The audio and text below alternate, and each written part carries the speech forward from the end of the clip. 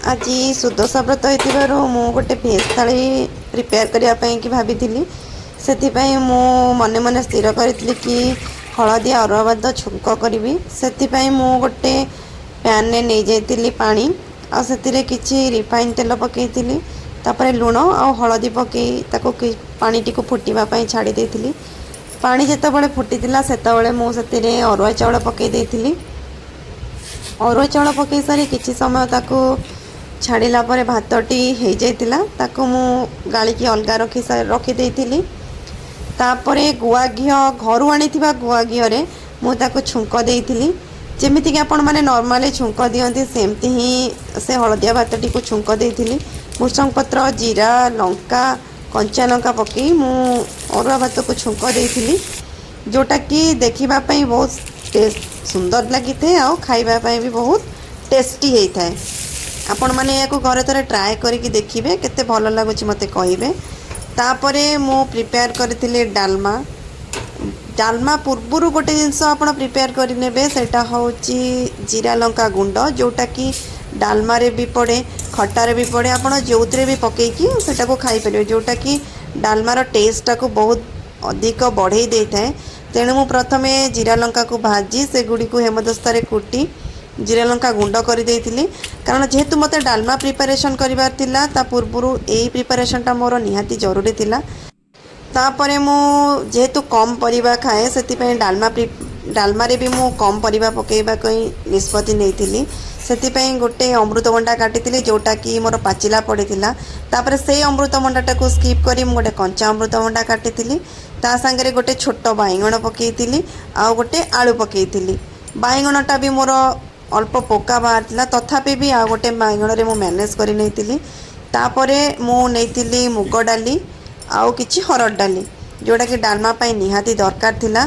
तापरे मु pressure cooker बसैतिली pressure cooker रे प्रथमे परिबा को देई देतिली तापरे दुईटा जाक डाली पकेइतिली आउ डालमा रे सबु बेले आपण केबे भी स्किप करिवेनी गोटे टमाटो पकेया पे जोटा कि डालमा को बहुत बढ़िया फ्लेवर देता है। ता संगे किछि अदा मध्य मु पकेइतिली जेहेतु या बिना पियाज रसुण रो छुंक करिवार थिला तेणु अदाटा तो निहाती जरूरी थिला। तापरे मु स्वाद अनुसार लुण आउ हलदी पकेकी प्रेशर कुकर को 2 मिनिट सीटी दवा पे छाड़ी देइतिली जितेबाला मोर 2टा सीटी हो जाता से मु प्रेशर कुकर को ओल्ले साइड रे रखी देइतिली एवं डालमा को छुंक करने प्रथमे कड़े तेल नहीं तापर किसी सुखिला लंका जीरा फुटण दे ता संगे किसी भृषंग पत्र ऐड करथिले स्वाद पाई तापर डालमा रे पकेइथिबा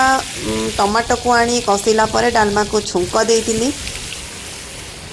छुंक दे गोटे पात्र को डालमा को काढ़ी देला परे सेथिरे मु आगरु भाजीतिबा लंका और जीरा गुंड को देइतिली जोटा कि डालमार फ्लेवर को बहुत बढ़िया बनै थाए। तापरे मु आंब खटा पे गोटे आंब आनीतिली ताकू